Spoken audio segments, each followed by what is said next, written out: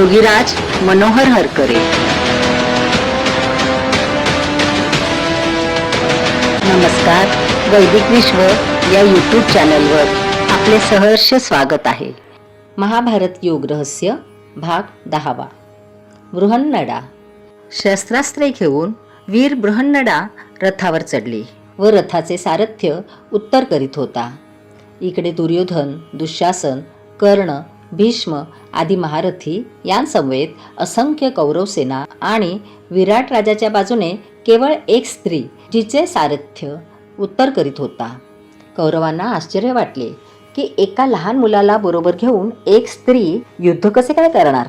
चमत्कार असा झाला की सारी कौरव सेना व तिचे रथी महारथी बृहन्नडा रूप अर्जुनाकडून युद्ध पराभूत झाले.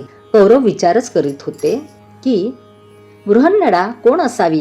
इतक्यात बृहन्नडेने संमोहन अस्त्र चालवून समस्त कौरवसेनेला संमोहित केले. समस्त कौरवसेना बेशुद्ध झाल्याने काहीही करू शकली नाही. संमोहन अस्त्राचा तो परिणाम होता. कौरवांची ही विकल अवस्था पाहून बृहन्नडेने उत्तर यास कौरवांच्या अंगावरील वस्त्रे काढून घेऊन त्यांना नग्न करण्यास सांगितले. उत्तरने तसेच केले. सारे कौरव शुद्धीवर आले आणि ते हस्तिनापुरास परत गेले. अशा तऱ्हेने बृहन्नडेच्या रूपातील अर्जुनाने विराट नगरीवरील भयानक हल्ला विफल केला. महाभारतामध्ये ह्या प्रसंगाला उत्तर गोग्रहण म्हटले आहे. ही समस्त कथा एका अद्भुत कादंबरीसारखी वाटते, परंतु त्याचा व्यासाशय अगदी भिन्न आहे. व्यासाशयानुसार ही कथा म्हणजे योग मार्गाच्या साधनांचा इतिहास आहे. एकटी बृहन्नडा वीर असली तरी सहस्रावधी कौरवांविरुद्ध लढून विजय कशी मिळवू शकते याचा आपण विचार करू. आपली पूर्वीची शस्त्रास्त्रे काढण्यासाठी बृहन्नडा एका शमीच्या वृक्षाजवळ जाते आणि एका शवाखाली प्रेताखाली लपविलेली शस्त्रास्त्रे काढते. शव 3-4 दिवस झाल्यावर सडून त्यामधून दुर्गंधी येते. नंतर ते शव खाण्यासाठी घारी, गिधाडे, कोल्हे, लांडगे इत्यादी पशुपक्षी येतात. परंतु कथेमधील शव 1 वर्ष लोटले असताना सुद्धा जसेच्या तसे राहिलेले असते, म्हणजे आश्चर्यच आहे. आता कथेचा व्यासाशय काय ते पाहू. पांडवांचा वनवास म्हणजे योग साधकाची 12 वर्षाची तपश्चर्या आहे, जी अध्यात्म साधना करणारा प्रत्येक साधक करू इच्छितो. अशा प्रकारे अध्यात्म साधना केल्यावर प्रत्येक साधकाने तपस्येमध्ये जे काही मिळविले त्याविषयी कुणालाही काही सांगू अथवा दाखवू नये. साधकाने कमीत कमी 1 वर्ष तरी साधना फल प्राप्तीविषयी मौन पाळावे.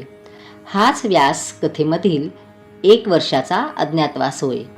जो साधक 12 वर्षे तपश्चर्या केल्यानंतर आपल्या तपस्येचे फळ अथवा चमत्कार लोकांना दाखविण्याचा प्रयत्न करेल त्याची तपस्या विफल होईल. याला पुन्हा 12 वर्षे तपश्चर्या करावी लागेल. 12 वर्षाचा वनवास व 1 वर्षाच्या अज्ञातवासात जर पांडव ओळखले गेले तर त्यांना पुन्हा 12 वर्षाचा वनवास करावा लागेल. या कथेत आध्यात्मिक साधनेचे एक महत्त्वपूर्ण रहस्य व्यास कथेद्वारे साधकांसमोर ठेवू इच्छित आहेत. आजकालचे साधक थोडीशी दिखाऊ साधना करून लगेच त्याच्या फलश्रुतीचे प्रदर्शन मोठ्या प्रमाणात लोकांसमोर करू इच्छितात. हा त्यांचा उच्छृंखलपणा आहे असे व्यास कथेद्वारे सांगत आहेत.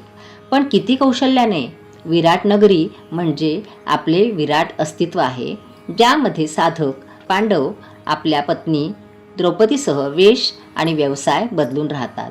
जे खरे संन्यासी आहेत ते अशा प्रकारे पूर्वीचे नाव, वेश आणि व्यवसाय बदलून जीवनाच्या विराट नगरीमध्ये राहतात. संन्याशांचा उद्देश समाजसेवाच असायला हवा. म्हणून विराट राजाच्या विराट नगरीमध्ये पांडव नाव व वेश बदलून विराट नगरीत सेवक म्हणून राहिले. धर्मराज कंक ब्राह्मण झाला. ऋग्वेदामध्ये कंकतो कंकहा नावाची एक अतिमहत्त्वाची ऋचा आहे, जिचा अभ्यास आणि साधना करून साधक ब्रह्म जाणू शकतो, अर्थात ब्राह्मण होऊ शकतो. यासाठी धर्मराज कंक नावाचा ब्राह्मण झाला. संन्यास ग्रहण केल्यानंतर साधकास अध्यात्मामध्ये खरी रुची येऊ शकते. म्हणजे उत्तम रुची येण्यासाठी साधकास उत्तम स्वयंपाकी किंवा आचारी झाले पाहिजे. म्हणजेच आता ही पाकसिद्धी अध्यात्माची आहे हे सुज्ञ वाचकास कळेलच. वल्लभ बनून भीमाने हीच पाकसिद्धी मिळविली. वल्लभ म्हणजे आपल्या अवस्थांचा स्वामी, इंद्रियांचा स्वामी, गोस्वामी. द्रौपदी सैरंध्री होऊन राणीची परिचारिका झाली. सैरंध्री म्हणजे रंध्रासहित असलेली शुद्ध काया, जी आता योग नाड्या मोकळ्या झाल्यामुळे पूर्ण बनलेली आहे.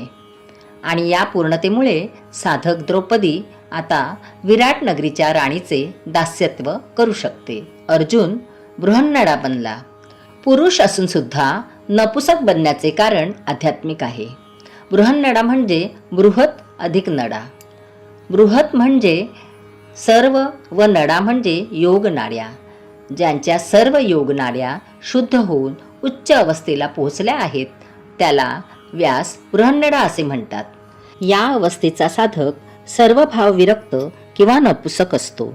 ज्याप्रमाणे पंडू नपुसक दाखविला आहे अशा तऱ्हेने वीर अर्जुन विराट नगरीमध्ये नपुसक बृहन्नडा होऊन अज्ञात राहिला, ज्यामुळे तो स्वतःची पूर्व अवस्था विसरून गेला.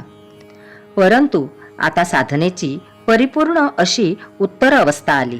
म्हणूनच आता विराट राजाचा पुत्र उत्तर वीर अर्जुनाच्या प्रयास रथाचा सारथी बनतो. कौरवांनी सुद्धा पांडवांच्या साधनेची उत्तर अवस्था ओळखून ते विराट नगरीच्या उत्तरेकडील द्वारावर हल्ला करण्यासाठी आले. दुष्ट प्रवृत्तीच्या कौरवांनी सुद्धा आता साधनेच्या उत्तर अवस्थेला मान दिला आणि साधनेच्या या उत्तर अवस्थेत कौरवांना नपुसक वृत्ती बृहन्नडेसमोर हार मानावी लागली आणि ती सुद्धा संमोहनास्त्राद्वारे. संमोहन म्हणजे पूर्वीच्या वाईट अवस्थेचे विस्मरण होणे आहे. हे पूर्ववृत्तीचे विस्मरण म्हणजेच अर्जुनाने कौरवांवर चालविलेले संमोहनास्त्र आहे. येथे वस्त्राला वृत्तीची उपमा दिली आहे. वस्त्र देहाला झाकतात, त्याप्रमाणे मनातील सतत चिंतनामुळे निर्माण झालेल्या अनेक चांगल्या वाईट वृत्ती शुद्ध चित्ताला झाकतात, मायेत ठेवतात. वस्त्रहरण म्हणजे कौरवांचे वृत्तीहरण आहे.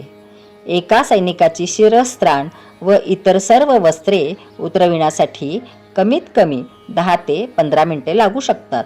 याप्रमाणे लाखो कौरववीरांचे वस्त्रहरण करण्यास अगदी दिवस रात्र मेहनत केली तरी कित्येक महिने वा वर्ष लागतील. जे काम उत्तर राजपुत्राने एका क्षणात केले, कारण वृत्तीहरण एका क्षणातच होते. कोणताही राजपुत्र हे कार्य कधीही करणार नाही. म्हणून महाभारतातील हे वस्त्रहरण शब्दशः अर्थाने वस्त्रहरण नसून ते वृत्तीहरण आहे. इंद्रियाणी प्रमाथिनी हरंती प्रसभम मनः. भारतातील प्राचीन योग साधनेच्या प्रसारासाठी या चॅनलची निर्मिती करण्यात आलेली आहे. माहिती आवडल्यास चॅनल सबस्क्राईब करा, इतरांना शेअर करा. पुन्हा भेटूया पुढील भागात. धन्यवाद.